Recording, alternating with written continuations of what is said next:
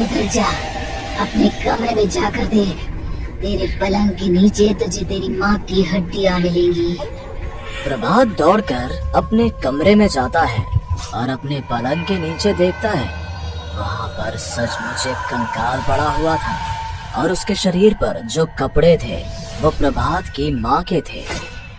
क्या बात है, आज तो आप सुबह से ही बहुत बिजी हैं। ऐसा क्या लिख रहे हैं? बस एक फैमिली की कहानी लिख रहा था। जैसे हमारी फैमिली है ना, तुम, माँ और मैं, लेकिन थोड़े अलग तरीके से, क्योंकि ये कहानी हॉरर है और इसमें जो आदमी है ना, मैंने उसकी बीवी को मार दिया है। मतलब कहानी में ऐसा लिखा है। और जानती हो, उसके बाद जो बीवी है ना, वो एक बुरी आत्मा बन जाती है। क्या बेटा, इस तरह की डरावनी कहानियाँ क्यों लगता है तू? जानता है ना, हम जो सोचते हैं, जो लिखते हैं, हमारा दिमाग पूरा दिन वैसा ही होता रहता है। माँ, परेशान होने वाली क्या बात है? राइटर हूँ मैं, मेरा तो काम है कहानियाँ लिखना। और वैसे भी ये सिर्फ एक कहानी है माँ, कोई सच नहीं है। उसके बाद कुछ दिन बीत जाते हैं। एक रात प्रभात को अपने ऑफिस से लौटने में देरी हो जाती है। रात के लगभग 12 बजे हुए थे। प्रभात जैसे ही अपने घर पहुंचता है, उसने देखा कि उसकी पत्नी दुर्गा डाइनिंग टेबल पर उसका इंतजार कर रही है। आ गए आप? कब से आपका इंतजार कर रही थी। देखिए ना, खाना भी ठंडा हो गया है।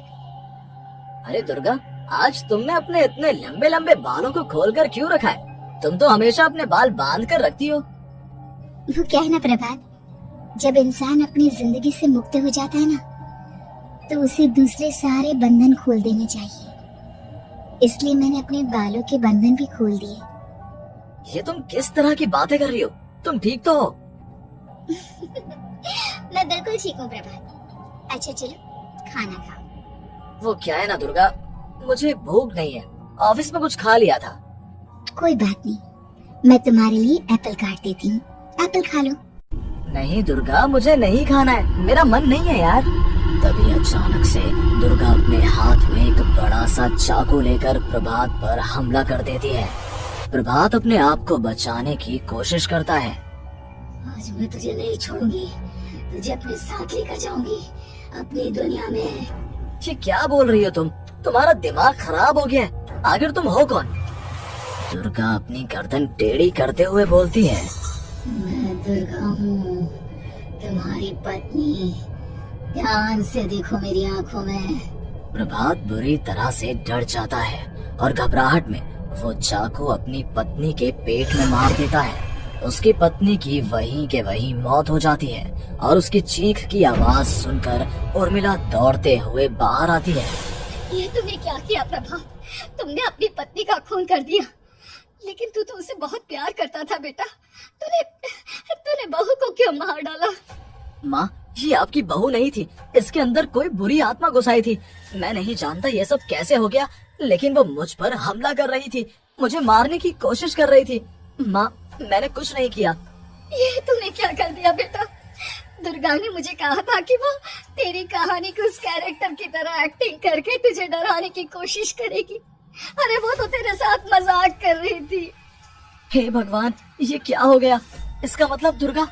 लेकिन माँ, मैंने जो कहानी लिखी थी उसमें भी ऐसा ही हुआ था। उस औरत ने अपने पति के साथ मजाक किया और गलती से उसके पति ने उसके पेट में चाकू मार दिया। मेरी कहानी सच कैसे हो सकती है? माँ, मुझे बहुत डर लग रहा है। ये सोच, दुर्गा की लाश का क्या करें हम? अगर गलती से भी ये बात बाहर फैल गई ना, तो तुझे पूरी जिंदगी जेल की सलाखों के पीछे रहना पड़ेगा। एक काम करते हैं माँ, हम घर के पीछे वाले बगीचे में उसकी लाश को दबा देते हैं। अगर कोई पूछेगा तो कह देंगे कि उर्मिला अपने मायके गई और फिर एक दिन हम भी अचानक यहाँ से कहीं दूर चले जाएंगे। कोई नहीं आएगा हमें पूछने, कोई नहीं आएगा माँ, बाद में जो होगा हम देख लेंगे।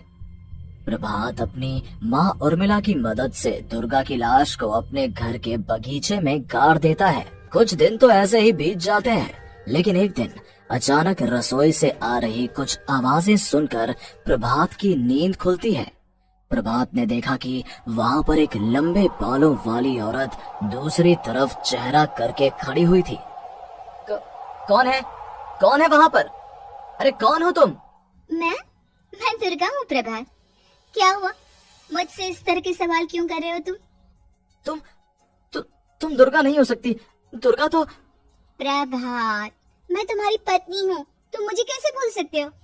4 दिन के लिए मायके क्या चली गई, तुम तो मुझे भूल ही गए। अब अगली बार ना मैं कहीं नहीं जाऊंगी। पता चला तुमने तो मुझे पहचानने से ही इनकार कर दिया। नहीं, तुम दुर्गा नहीं हो सकती। तुम दुर्गा हो ही नहीं सकती। मैं जानता हूँ ये सब क्या हो रहा है। मैंने अपनी कहानी में लिखा था कि उस आदमी की पत्नी की मौत के बाद एक बुरी आत्मा उसका रूप लेकर उसके घर में आ जाती है। तुम वही हो ना? और अचानक से खूबसूरत दुर्गा का चेहरा काला पड़ जाता है। उसकी आंखें लाल हो जाती हैं और पूरे शरीर पर बाल, लंबे नुकीले नाखून, उसके दोनों पैर उल्टे हो जाते हैं और बेहद डरावनी आवाज में वो चिल्ला कर कहती है, बुरी आत्मा, मेरा खून करके मुझे अपने ही घर में गाड़ कर तू मुझे बुरी आत्मा कह रहा है। मैं तुझे छोड़ूंगी नहीं। और अचानक से प्रभात के घर में बेहद डरावनी आवाजें गूंजने लगती हैं। घर में चारों तरफ बहुत सारी बुरी आत्माएं नजर आने लगती हैं। प्रभात घबरा कर अपनी माँ को आवाज देता है, माँ कहाँ है आप? जल्दी आइए माँ, देखिए ना ये सब क्या हो रहा है। प्रभात ने देखा कि अचानक से उसकी माँ कमरे से दौड़ कर आती है। क्या हुआ प्रभात? और ये लोग कौन हैं? इन सबकी गर्दन टेढ़ी क्यों है? इनके बाल खुले हुए। प्रभात, ये सब लोग तो मुझे मरे हुए नजर आ रहे हैं। हाँ माँ, ये सब लोग मरे हुए ही हैं और ये ठीक वैसा ही हो रहा है जैसा मेरी कहानी में हुआ था। लेकिन मेरी कहानी के हिसाब से तो आप भी। अचानक से उर्मिला का रूप बदल जाता है। वो भी एक डरावने साए की तरह बन जाती है और बेहद डरावनी आवाज में चिल्ला चिल्ला कर कहती है, मर गई तेरी माँ। जानता है, कल रात जब तू सो रहा था ना, तो मैंने उसके शरीर का सारा खून पी लिया। अब बस हड्डियां बची हैं उसके शरीर में। नहीं, ऐसा नहीं हो सकता, ऐसा बिल्कुल नहीं हो सकता। मेरी माँ नहीं मर सकती। तुझे भरोसा नहीं ना, तो फिर जा अपने कमरे में जाकर देख। तेरे पलंग के नीचे तुझे तेरी माँ की हड्डियां मिलेंगी। प्रभात दौड़कर अपने कमरे में जाता है और अपने पलंग के नीचे देखता है। वहाँ पर सचमुच एक कंकाल पड़ा हुआ था और उसके शरीर पर जो कपड़े थे वो प्रभात की माँ के थे। माँ, अब मुझे कुछ करना पड़ेगा। लेकिन मेरी कहानी में लिखा था कि माँ की मौत मेरे हाथों से होगी, पर माँ तो पहले ही मर चुकी है और वो बुरी आत्मा मुझे भी मार देगी। नहीं नहीं, इससे पहले कि वो मुझे कुछ करे, मुझे उसका काम खत्म करना होगा। प्रभात अपने हाथ में बड़ा सा चाकू लेकर उस बुरी आत्मा पर हमला कर देता है जिसने प्रभात की माँ का रूप लिया हुआ था। और अगले ही पल वो नीचे गिर जाती है और उसके शरीर से खून बहने लगता है। ऐसा नहीं हो सकता, एक बुरी आत्मा के शरीर में तो खून होता ही नहीं है। तो क्या सच में मैंने अपनी माँ को मार दिया? लेकिन अभी कुछ देर पहले तो फिर वो कंकाल किसका है? और ये कौन है? मैं पागल हो जाऊंगा। और अपनी माँ की लाश, इसका मैं क्या करूं? लोग पूछेंगे तो मैं क्या जवाब दूंगा? तभी वहाँ पर दुर्गा का रूप लेकर जो आत्मा थी उसने प्रभात से कहा, गाड़ दे अपनी माँ को ले जाकर उसी जगह जहाँ तूने मेरा खून करके मुझे गाड़ दिया था। जा, चला जा। घबराया हुआ प्रभात पागलों की तरह अपनी माँ की लाश को लेकर बगीचे में गाड़ देता है। प्रभात की हालत पागलों जैसी हो जाती है। वो अपने आप को अपने घर में बंद कर लेता है। कहानी के हिसाब से तो आगे ये हुआ था कि कहानी लिखने वाले ने उन बुरी आत्माओं से डरकर आत्महत्या कर ली थी। तो क्या मैं भी मर जाऊंगा? क्या मैं भी आत्महत्या कर लूंगा? एक काम करता हूँ, मैं अपनी कहानी का अंत बदल देता हूँ। हाँ, ये मैंने पहले क्यों नहीं सोचा। मैं लिख दूंगा कि कहानी को लिखने वाला आत्महत्या नहीं करता, बल्कि कहीं दूर जाकर नए सिरे से अपनी जिंदगी शुरू करता है। यही सोचकर प्रभात ने अपनी लिखी हुई कहानी को बाहर निकाला और उसे पढ़ना शुरू किया। ये देखकर वो हैरान रह गया कि कहानी का क्लाइमैक्स तो किसी ने पहले ही बदल दिया था। ये क्या? इसमें तो लिखा हुआ है कि आखिर में उस लेखक की पत्नी और माँ दोनों बगीचे में जिंदा दफन थे। बुरी आत्माओं ने उनको कैद करके रखा था और वो लेखक अपनी माँ और पत्नी दोनों को जिंदा बाहर निकाल लेता है। लेकिन ये सब लिख किसने दिया? प्रभात दौड़कर बगीचे में जाता है और वहाँ पर खुदाई करना शुरू कर देता है। प्रभात देखता है कि वहाँ पर लकड़ी के 2 बड़े संदूक हैं और उनके अंदर से आवाजें आ रही हैं। प्रभात, प्रभात बचा लो मुझे, अगर थोड़ी देर और होगी तो वो मुझे छोड़ेगी नहीं।